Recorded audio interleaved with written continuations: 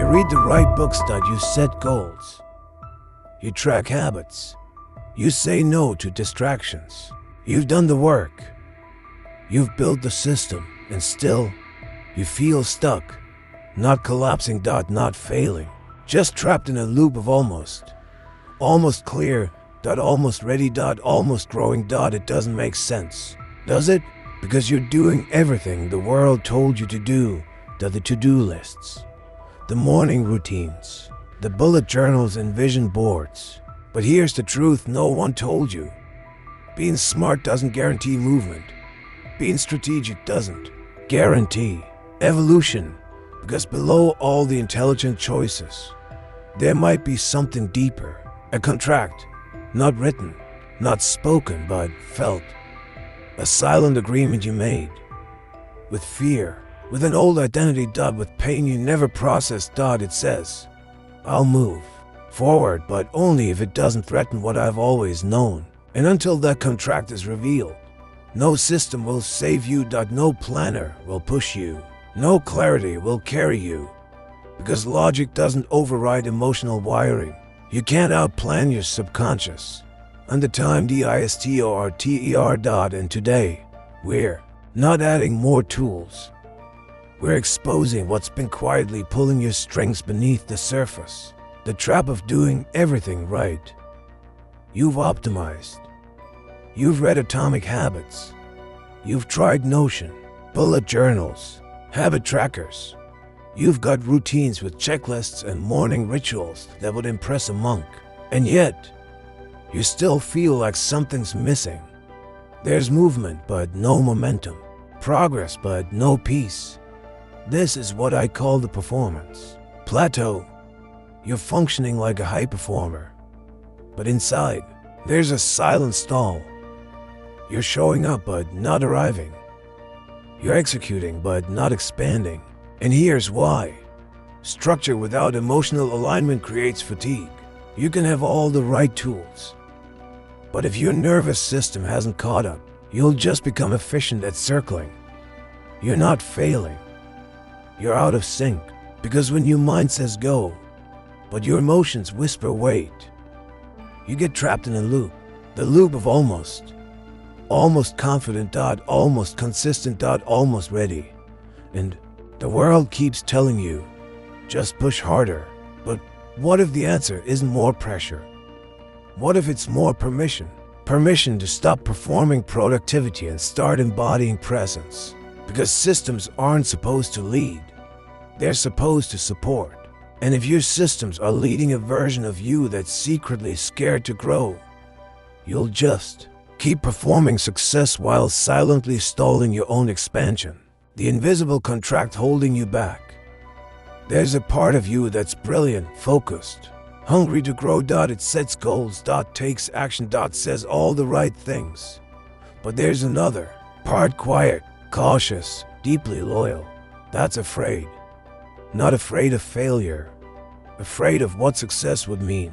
Because success isn't just gain. It's change. It means outgrowing old roles. Breaking familiar patterns. Disrupting unspoken dynamics. And here's where things get tangled. Consciously, you're moving forward. You're building. You're dreaming. But unconsciously, you're holding the brakes. This is what psychology calls a double bind. To internal forces, both active, both committed, pulling in opposite directions. One says, let's go. The other says, not if it costs us safety. This inner conflict doesn't always sound like fear. It sounds like logic, like wisdom. Now's not the right time. I just need more clarity. Let me get through this season first. But those aren't truths. They're masks. Masks for a deeper contract you never realized you signed. A contract that says, I will not grow if growth threatens my belonging. Belonging to who you've always been. To the dynamics that kept you safe. To the roles that earned you love. Until you tear that contract up, no strategy will land. No plan will stick. No momentum will last. Because you're not stuck from lack of intelligence. You're stuck from unspoken loyalty to an identity that fears being left behind. Why clarity alone doesn't lead to action? You think you need more clarity, so you reread your goals, reorganize your week, watch another video on productivity. But here's the truth. Clarity isn't always blocked by confusion. Sometimes it's blocked by emotional permission. You already know what to do. You've known for a while, but knowing isn't the same as moving. And that pause, that strange delay between insight and action, it's not laziness, it's identity. Lag. Your vision has evolved. You want more. You see further. But your self-image is stuck in an old version of you. One that still doubts, still overthinks, still waits for some magical inner switch to flip. So you stall, not because you're lost, but because you're still trying to feel worthy of the path you already mapped out.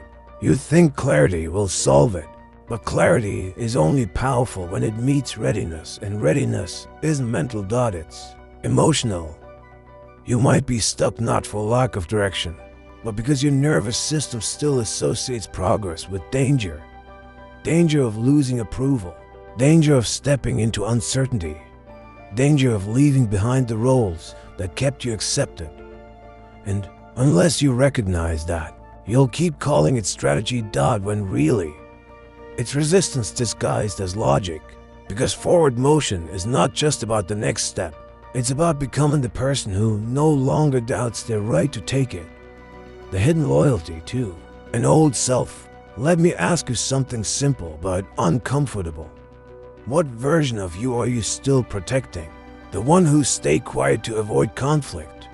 The one who shrank to stay safe? The one who made herself small to be loved? We talk a lot about growth, transformation, becoming the next version of ourselves. But very few people talk about the grief of that process. Because every step forward requires a release, a goodbye. And you might still be loyal to a self who was never meant to come with you. The one who helped you survive. The one who learned how to be invisible so others could feel comfortable. The one who confused people pleasing with kindness. And here's the hard truth.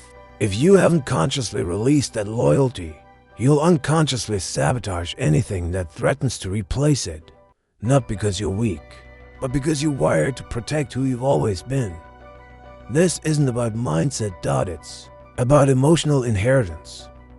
You've inherited strategies for safety, silence, approval, and now they're outdated, but still running the show behind the scenes. That's why you feel torn.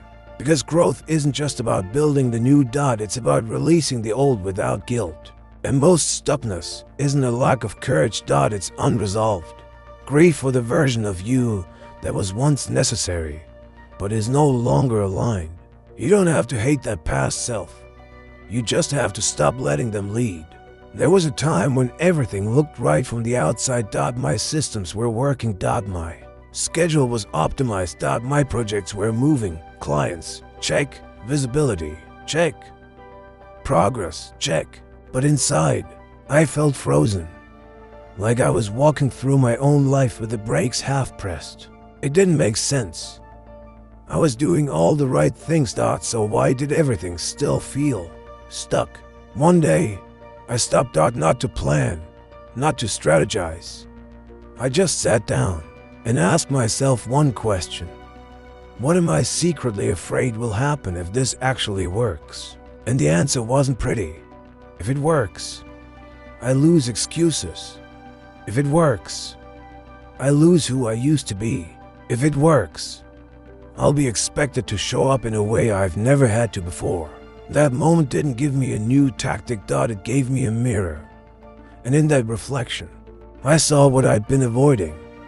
I was more comfortable trying than arriving, more practiced at effort than embodiment. Because if it worked, I'd have no more hiding, no more stalling, no more armor.